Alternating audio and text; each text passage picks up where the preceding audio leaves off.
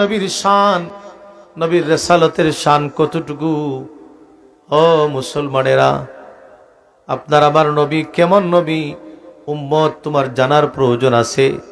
নবীর জীবনী পড়লে এমন কোন উম্মত নাই আল্লাহর হাবিবের জিন্দেগিটা শোনার পরে তার কলিজার ভিতরে রাসূলের প্রতি প্রেম ভালোবাসা জন্ম না নেবে। নবী বলেছেন, আনা সাহিবুল মেরাজ, আমাকে আল্লাহ মেরাজে নিয়েছেন। আল্লাহ পাক নবীকে মেরাজ উপহার দিয়েছেন। কোন সময় নবীকে মেরাজ উপহার দিয়েছেন?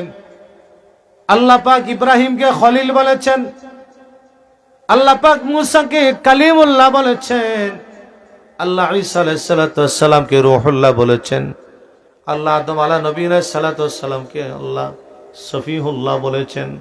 এভাবে প্রত্যেক নবীকে এক একটা লকব দিয়ে উপাধি দিয়ে আল্লাহ পাক তাদেরকে মহব্বত করেছেন।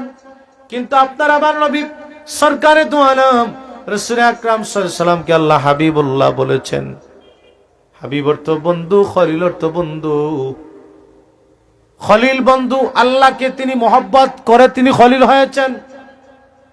কালিমুল্লাহ, আল্লাহকে মহব্বত করে তিনি পরিচয় মহব্বতের দেওয়ার পরে কালিমুল্লাহ পেয়েছেন।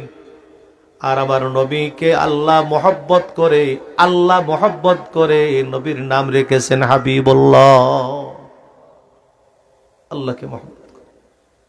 এই জন্য ভাইরা আমার, বন্ধুরা আমার, নবী বলেন, আনা সাহিবুল মেরাজ, আল্লাহ পাক আমাকে মেরাজ দান করেছেন।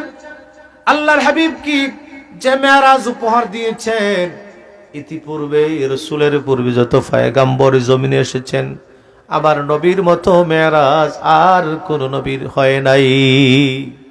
মুসার মেরাজ তুর পাহাড়ে,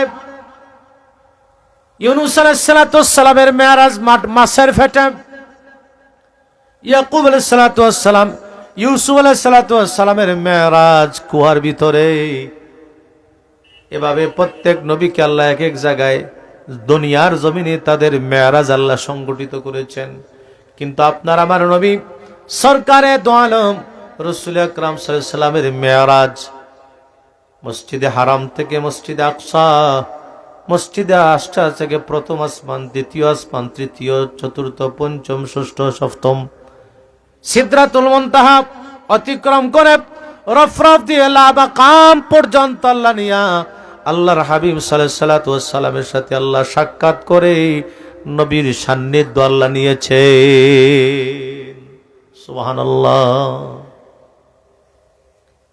আপনার আমার নবী বিশ্ব নবী রাসূল করিম সাল্লাল্লাহু আলাইহি সাল্লামের নবীজি বলেছেন, আমার উম্মতেরা, আল্লাহ পাক আমাকে বক্কে সদর করেছে, আনা সাহিবুস সদর, আমার সিনাসাক করেছেন।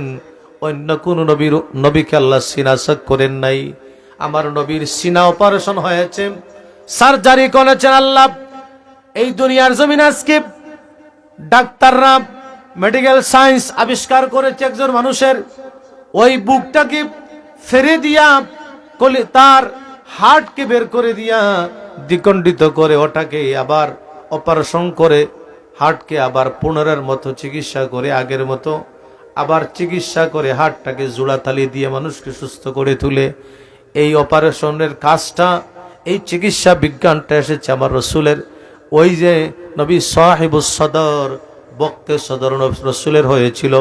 এই বক্তে সদর থেকে দুনিয়ার ডাক্তাররা আবিষ্কার করেছেন ওপেন হার্ট সার্জারি।